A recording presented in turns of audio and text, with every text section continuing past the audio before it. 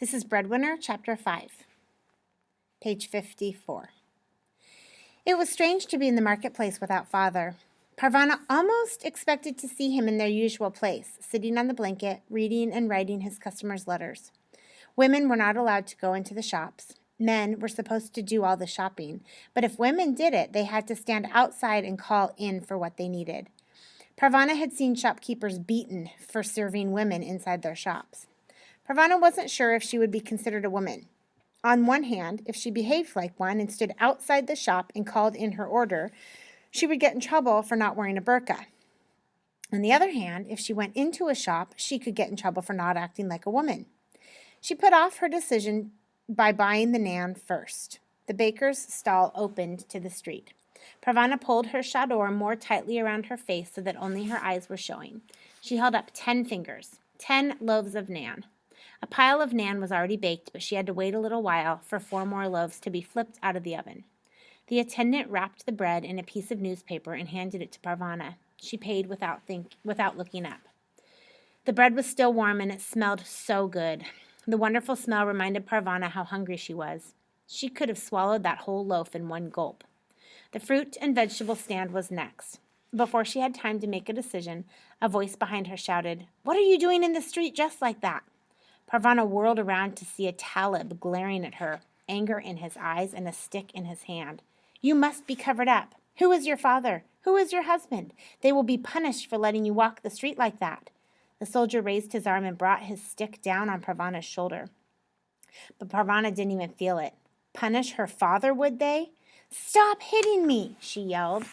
The talib was so surprised that he held still for a moment. Parvana saw him pause, and she started to run. She knocked over a pile of turnips at the vegetable stand, and they went rolling all over the street. Clutching the still warm naan to her chest, Parvana kept running, her sandals slapping against the pavement. She didn't care if people were staring at her. All she wanted was to get as far away from the soldier as she could, as fast as her legs could carry her. She was so anxious to get home that she ran right into a woman carrying a child. "Is that Parvana?" Parvana tried to get away, but the woman had a firm grip on her arm. "It is Parvana. What kind of a way is that to carry bread?" The voice behind the burqa was familiar, but Parvana couldn't remember who it belonged to. "Speak up, girl.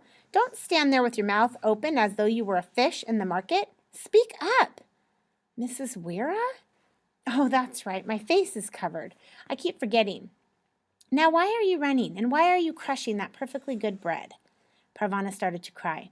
"The Taliban, one of the soldiers, he was chasing me." "Dry your tears. Under such circumstance, running was a very sensible thing to do.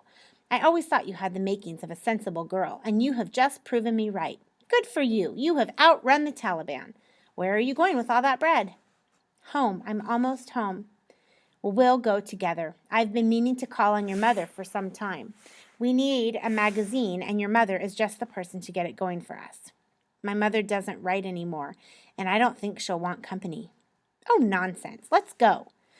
Mrs. Weira had been in the Afghan Women's Union with Mother. She was so sure that Mother wouldn't mind her dropping in that Parvana obediently led the way. "And stop squeezing that bread. It's not going to suddenly jump out of your arms." When they were almost at the top step, Parvana turned to Mrs. Weira. "About Mother. She's not been well." "Well, then it's a good thing I'm stopping by to take care of her." Parvana gave up. They reached the apartment door and went inside. Noria saw only Parvana at first. She took the naan from her. "Is this all you bought? Where's the rice and the tea? How are we supposed to manage with just this?" "Oh, don't be too hard on her. She was chased out of the market before she could complete her shopping." Mrs. Weira stepped into the room and took off her burqa. "Mrs. Weira!" Noria exclaimed.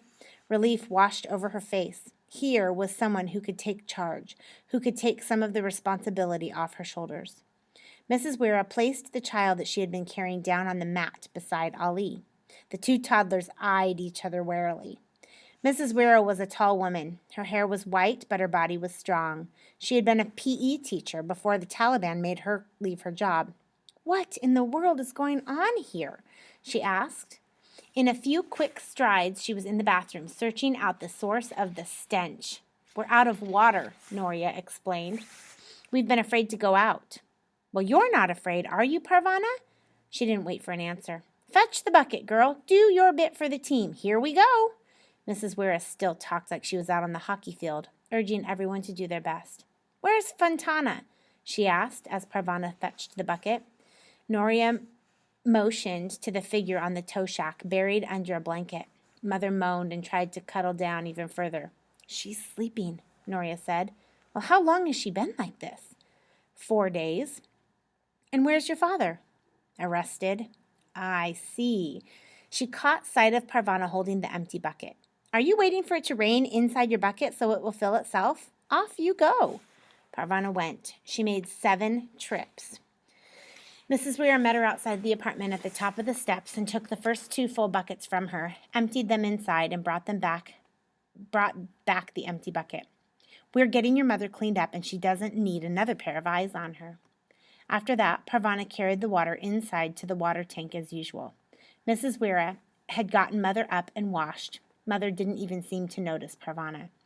She kept hauling water. Her arms were sore and the blisters on her feet started to bleed again, but she didn't think about that. She fetched water because her family needed it, because her father would have expected her to. Now that Mrs. Wera was there and her mother was up, things were going to get easier, and she would do her part. Out the door, down the steps, down the street to the tap, and then back again, stopping now and then to rest and change carrying arms. After the 7th trip, Mrs. Wera stopped her. You have filled the tank and the wash basin, and there is a full bucket to spare. That's enough for now. Parvana was dizzy from all of that exercise with no food and nothing to drink. She wanted some water right away. What are you doing? Noria asked as Parvana filled a cup from the tank. You know it has to be boiled first. Unboiled water made you sick, but Parvana was so thirsty she didn't care. She wanted to drink and raised the cup to her lips. Noria snatched it from her hands. You are the stupidest girl. All we need now is for you to get sick. How could anyone be so stupid and end up as my sister? That's no way to keep up the team spirit, Mrs. Wera said. Noria, why don't you get the little ones washed for dinner? Use cold water. We will let this first batch of boiled water be for drinking. Parvana went out into the larger room and sat down. Mother was sitting up. She had put on clean clothes. Her hair was brushed and tied back, and she looked more like Mother, although she still seemed very tired. It felt like an eternity before Mrs. Wera handed Parvana a cup of plain boiled water. Be careful, it's very hot. As soon as she could, she drank the water, got another cupful, and drank that too. Mrs. Wera and her granddaughter stayed the night, and as Parvana drifted off to sleep, she heard Noria and Mother talking quietly together. Mrs. Wera told them about Parvana's brush with the Taliban. The last thing she heard before she fell asleep was Mrs. Wera saying, I guess we'll have to think of something else. Now you need to read chapter 6 on your own.